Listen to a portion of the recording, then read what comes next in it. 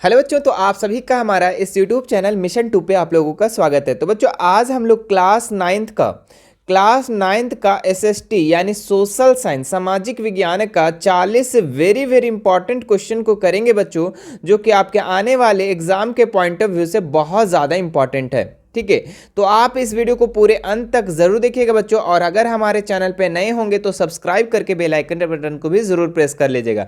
इसमें आप लोग को बच्चों लगातार 9th क्लास वाले स्टूडेंट्स के लिए, ठीक है, इसमें लगातार इंपॉर्टेंट क्वेश्चन डाला जा रहा है। ठीक है, इसमें लगातार तैयारी करवाया जा रहा है। ठीक है, तो आप हमारे चैनल को सब्सक्राइब जरूर कर लेंगे। तो चलिए फिर ज़्यादा लेट ना करते हम लोग स्टार्ट करते हैं और क्वेश्चन को देखते हैं कि 40 इंपॉर्टेंट क्वेश्चन आप लोग का क्या क्या है।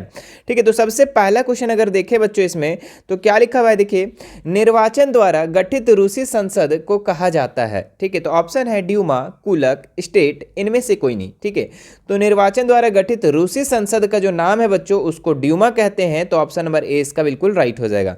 रूसी संसद को क्या कहा जाता है, तो ड्यूमा कहा जाता है। ठीक है, और बच्चों आप लोग को बताना है कमेंट करके कि अमेरिका का जो संसद का क्या नाम है बच्चों, वो आपको कमेंट करके बताना है। ठीक है, मैं लगातार आप लोग को तैयारी करवा रहा हूँ और पहले भी इस चीज़ के बारे में हम चर्चा कर चुके हैं। ठीक है, तो आप इसका आंसर ज़रूर करेंगे। चलिए आप दूसरे नंबर सवाल देखते हैं हम लोग। लिवरे क्या है? ठीक है, तो फ्रांस की मुद्रा, फ्रांस लिबरेशन पार्टी, फ्रांसीसी कर, या इनमें से कोई नहीं। ठीक है, तो लिवरे जो है मेरे बच्चों, फ्रांस की मुद्रा। ठीक है, ऑप्शन नंबर ए इसका बिल्कुल राइट हो जाएगा। लिवरे क्या है? फ्रांस की मुद्रा। चलिए आगे बढ़ते हैं हम लोग तीसरे नंबर सवाल में। क्या लिखा हुआ है? सीधे राज्य को अदा किए जाने वाले कर को क्या कहते हैं? ठीक है, तो ऑप्शन है टाइद, टाइल, सी है सैन्य कर, इनमें से कोई नहीं। तो इसका राइट जो आंसर हो जाएगा बच्चों टाइल। ठीक है, क्या हो जाएगा? टाइल। चलिए आगे बढ़ते हम लोग चौथा नंबर सवाल में। धुरी शक्तियां किन देशों को कहा गया है? ठीक है, तो ऑप्शन है अमेरिका, जापान एवं इटली, जर्मनी, जापान एवं इटली, तुर्की, जापान एवं जर्मनी, जर्मनी, रूस एवं जापान। ठीक है, तो धुरी शक्तियां जो है बच्चों, ये जर्मनी, जापान, इटली को बोला जाता है। ठीक है, तो ऑप्शन नंबर बी इसका बिल्कुल राइट हो जाएगा। ठीक है, जब विश्व में पूरा युद्ध हुआ था बच्चों, ठीक है, विश्व युद्ध हुआ था, ठीक है, तो पूरे विश्व दो भागों में बट गया था। ठीक है, एक धुरी राष्ट्र, एक मित्र राष्ट्र। तो धुरी राष्ट्र में आप लोग का ये सब देश था। ठीक है, जर्मनी, जापान, इटली। ठीक है, चलिए आगे बढ़ते हैं हम लोग दूसरे पांचवें नंबर सवाल में। इंपीरियल फॉरेस्ट इंस्टीट्यूट कहाँ स्थित है? ठीक है, तो शिलांग में, देहरादून में, शिमला में, इनमें से कोई नहीं। ठीक है, तो इंपीरियल फॉरेस्ट इंस्टीट्यूट जो स्थित है बच्चों, ये देहरादून में है। ऑप्शन नंबर 20 का बिल्कुल राइट हो जाएगा। 6 नंबर सवाल देखेंगे आप लोग। अफ्रीका का सबसे पुराना चारवाहा कबीला कहलाता है, क्या कहलाता है? बुरकान, मसाई, राइका, इनमें से कोई नहीं। ठीक है, तो अफ्रीका का सबसे जो पुराना चरवाहा है बच्चों, वो उसको मसाई बोलते हैं। ऑप्शन नंबर 20 का बिल्कुल राइट हो जाएगा। चलिए 7 नंबर आप सवाल देखेंगे। 7 नंबर क्या है हमारा? कैप्टन स्विंग कौन था? ठीक है, तो किसान था, श्रमिक था, काल्पनिक नाम, या इनमें से कोई नहीं। ठीक है, तो कैप्टन जो स्विंग था बच्चों, ये एक काल्पनिक नाम था। ठीक है, ऑप्शन नंबर सी इसका बिल्कुल राइट हो जाएगा। चलिए आगे देखते हैं हम लोग। किस देश ने क्रिकेट का आविष्कार किया? तो जर्मनी, फ्रांस, इटली, इंग्लैंड। तो किस देश ने क्रिकेट का आविष्कार किया मेरे बच्चों? तो इंग्लैंड किया। ऑप्शन नंबर डी इसका बिल्कुल राइट हो जाएगा। आगे देखते हैं हम लोग 9 नंबर सवाल। लोगों की पहचान किससे होती है? भाषा से, संस्कृति से, पोशाक से, इनमें से कोई नहीं। तो लोगों की जो पहचान होती है बच्चों, वो संस्कृति से होती है। ऑप्शन नंबर 20 का बिल्कुल राइट हो जाएगा। 10 नंबर सवाल देखेंगे आप लोग। क्या लिखा हुआ है?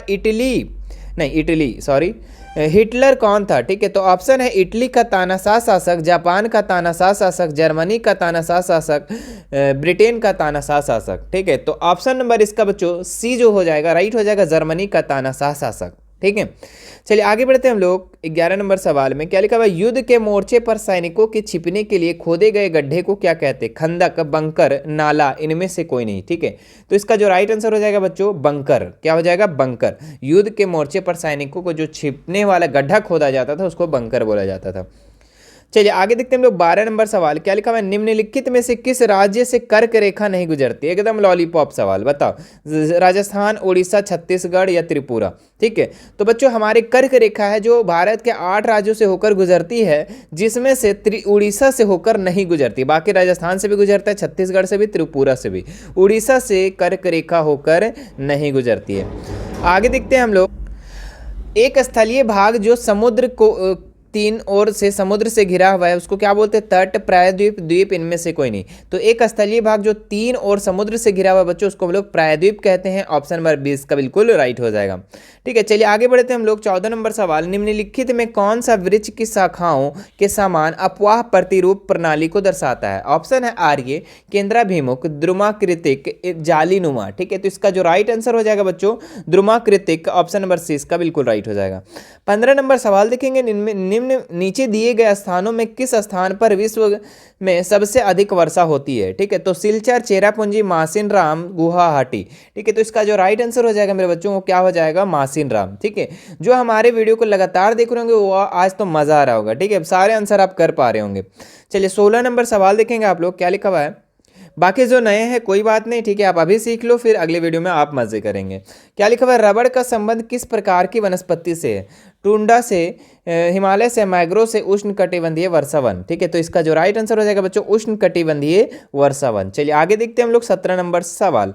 क्या लिखा हुआ है? निम्नलिखित में किस क्षेत्र में प्रवास आबादी की संख्या, वितरण एवं संरचना में परिवर्तन लाता है? तो ऑप्शन है प्रस्थान करने वाले क्षेत्र, आगमन करने वाले क्षेत्र, प्रस्थान एवं आगमन दोनों क्षेत्र, है ना, या फिर इनमें से कोई नहीं। तो इसका जो राइट आंसर हो जाएगा बच्चों, ठीक है, देखिए किस क्षेत्र में प्रवास और आबादी की संख्या, वितरण, संरचना पर परिवर्तन लाता है? तो प्रस्थान और आगमन क्षेत्र।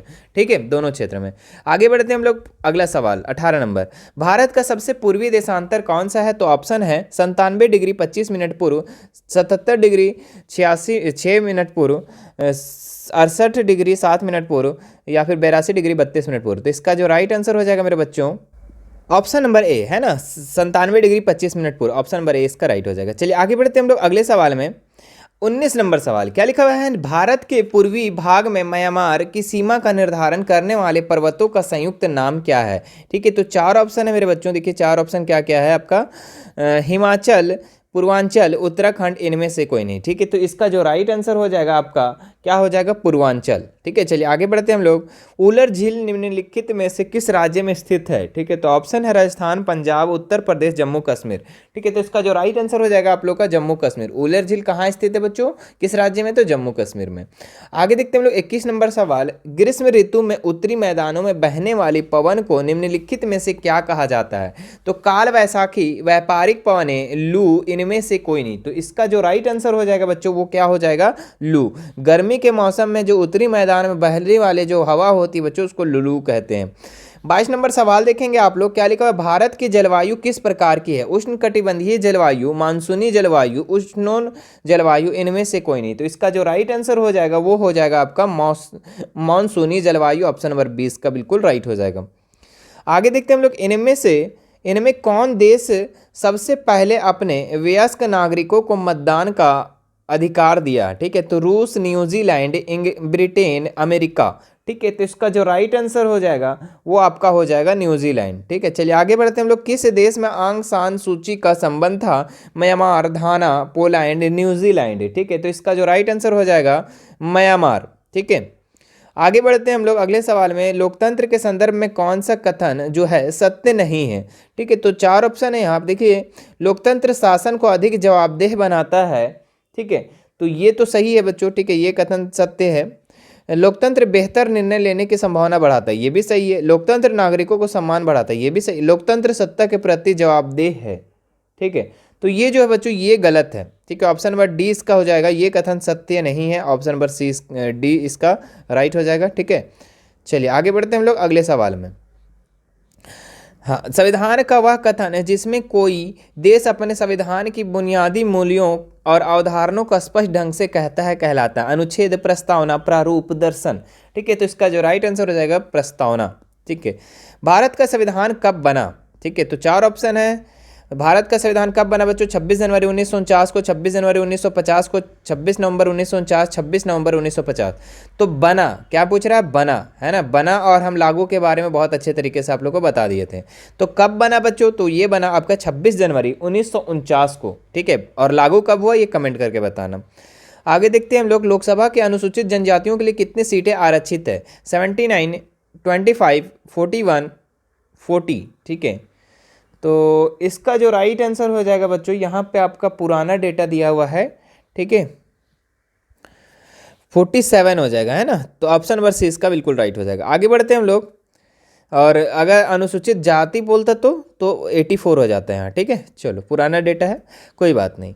आगे देखते हैं, भारतीय संसद के अंग नहीं है, ठीक है, राष्ट्रपति, राज्यसभा, लोकसभा, सर्वोच्च न्यायालय, ठीक है। तो भारतीय संसद के 3 अंग है बच्चों, क्या क्या अंग है? राष्ट्रपति, लोकसभा और राज्यसभा, लेकिन सर्वोच्च न्यायालय जो है ये भारतीय संसद का अंग नहीं है। ऑप्शन बट डी इसका बिल्कुल राइट हो जाएगा। चलिए आगे सवाल देखते हैं हम लोग, भारतीय नागरिकों के अधिकार एवं स्वतंत्रता का रक्षक कौन है? ठीक है, तो कार्यपालिका, विधानपालिका, न्यायपालिका, संयुक्त राष्ट्र संघ, ठीक है। तो इसका जो राइट आंसर हो जाएगा आपका न्यायपालिका, ठीक है। आगे बढ़ते हैं हम लोग, 10 सवाल और बचा है बच्चों, ठीक है। चलिए अब देखिए यहाँ क्या है, राष्ट्रीय मानवाधिकार का कार्य नहीं है सम्मान जारी करना, सरकारी दस्तावेज की जांच करना, आरोपी को सजा देना, घटनास्थल पर आरोपी अपनी जांच टीम भेजना, ठीक है। तो इसका जो राइट आंसर हो जाएगा आपका आरोपी को सजा देना, ये अधिकार नहीं है, ठीक है। चलो आगे बढ़ते हैं लोग, पालमपुर का मुख्य सिंचाई स्रोत क्या है? अरे देखो लॉलीपॉप सवाल आ गया, कुआं, तालाब, नहर, नलकूप, बताओ क्या हो जाएगा इसका आंसर? नलकूप। हरित क्रांति क्या है? हरित क्रांति कृषि में विकास, दूध में वृद्धि, उद्योग में विकास, इनमें सभी, ठीक है। तो हरित क्रांति बच्चों कृषि में विकास है। आगे बढ़ते हैं हम लोग अगले सवाल में, क्या लिखा हुआ है? पालमपुर में खेती कितने प्रतिशत लोग आश्रित हैं? ठीक है, तो 26%, 40%, 75%, 90%, ठीक है। तो इसका जो राइट आंसर हो जाएगा मेरे बच्चों वो हो जाएगा 75%। आगे देखते हैं हम लोग, जीविका चलाने के लिए कितने प्रकार के कार्य किए जाते हैं? तो 2, 6, 11, 20, ठीक है। तो इसका जो राइट आंसर हो जाएगा आपका ऑप्शन नंबर ए, ठीक है, 2। आगे देखते हैं, एक देश की श्रम शक्ति क्या है? 15 से 80 वर्ष तक, 15 से 75 वर्ष तक, 15 से 59 वर्ष तक, 15 से 40 वर्ष तक, ठीक है। तो इसका जो राइट आंसर हो जाएगा मेरे बच्चों वो क्या हो जाएगा? 15 से 59 वर्ष तक, ऑप्शन नंबर सी इसका बिल्कुल राइट हो जाएगा। 37 नंबर आप सवाल देखेंगे, मनरेगा का पूर्ण रूप क्या है? ठीक है, तो प्रधानमंत्री रोजगार योजना, ग्रामीण रोजगार सृजन कार्यक्रम, स्वर्ण जयंती ग्राम स्वरोजगार योजना, महात्मा गांधी राष्ट्रीय ग्रामीण रोजगार गारंटी अधिनियम 2005, ठीक है। तो इसका जो राइट आंसर हो जाएगा बच्चों ऑप्शन नंबर डी, ठीक है। तो मनरेगा का जो फुल फॉर्म है आपका है महात्मा गांधी राष्ट्रीय ग्रामीण रोजगार गारंटी अधिनियम 2005। आगे देखते हैं हम लोग, चलिए क्या लिखा हुआ है, भारत के किस राज्य की न्यूनतम प्रति व्यक्ति आय है? गोवा, उत्तर प्रदेश, झारखंड, बिहार, ठीक है। तो इसका जो राइट आंसर हो जाएगा सबसे न्यूनतम प्रति व्यक्ति आय बच्चों बिहार में है, ऑप्शन नंबर सी इसका बिल्कुल राइट हो जाएगा। आगे देखते हैं हम लोग, NEWP का पूर्ण रूप क्या है? ठीक है, अद्योतय अन्न योजना, अन्नपूर्ण योजना, दोपहर के भोजन की व्यवस्था, या फिर राष्ट्रीय कार्य के बदले भोजन योजना, ठीक है। तो राष्ट्रीय कार्य के बदले भोजन योजना इसका पूर्ण रूप हो जाएगा बच्चों। खाद्य सुरक्षा से आप क्या समझते हैं? खाद्यान्न की उपलब्धता, आवास की उपलब्धता, कपड़ा उपलब्धता, इनमें से कोई नहीं, ठीक है। तो इसका जो राइट आंसर हो जाएगा बच्चों खाद्यान्न उपलब्धता, ऑप्शन नंबर ए इसका बिल्कुल राइट हो जाएगा। तो ये था मेरे बच्चों 40 इंपॉर्टेंट सवाल। मुझे आशा है कि आप सभी को ये वीडियो बहुत पसंद आया होगा, ठीक है। और बहुत लोगों को ये सारे आंसर पता होंगे, बिल्कुल सारे आंसर पता होंगे। जो हमारे वीडियो को लगातार देख रहे हैं उन सभी लोगों को ये वीडियो सारा पता होगा, ठीक है। अगर एक दो को गड़बड़ होता है कोई बात नहीं बच्चों, ठीक है, अगले बार उसको सुधार लोगे, ठीक है।